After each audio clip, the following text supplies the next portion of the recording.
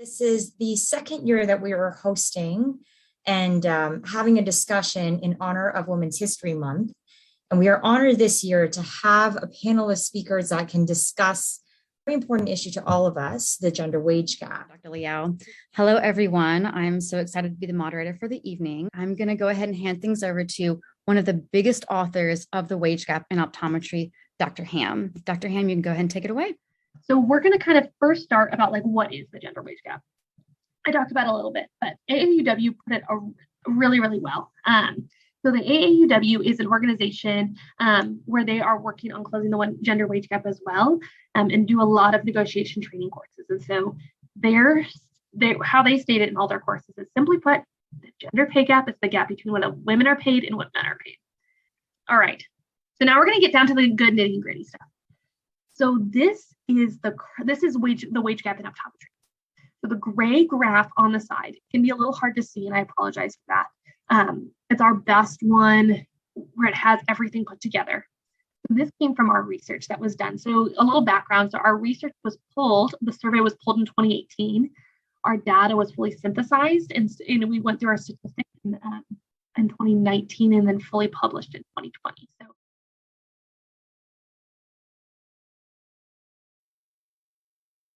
So hello, everyone. My name is Manuela Jambrina Escobar, and I'm an OD1, and I'm the co-president of Sigma Epsilon Sigma.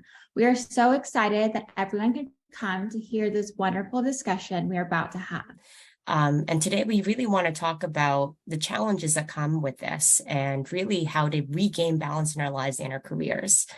So the first question that I wanted to pose is and to really begin our discussion about work-life balance, is talking about navigating challenges. And so my first question is for Dr. Garlick. One thing that shocked me when we were first chatting was that you had purchased a practice in January of 2020, and then 2 months later, COVID hit and you were forced to shut down your practice.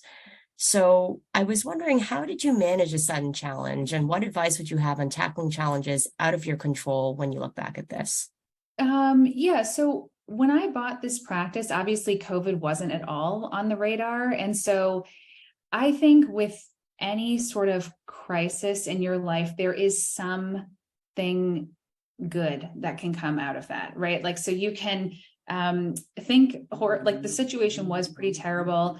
I, bought this practice. I had no cash flow reserves. I had nothing to really fall back on and financially.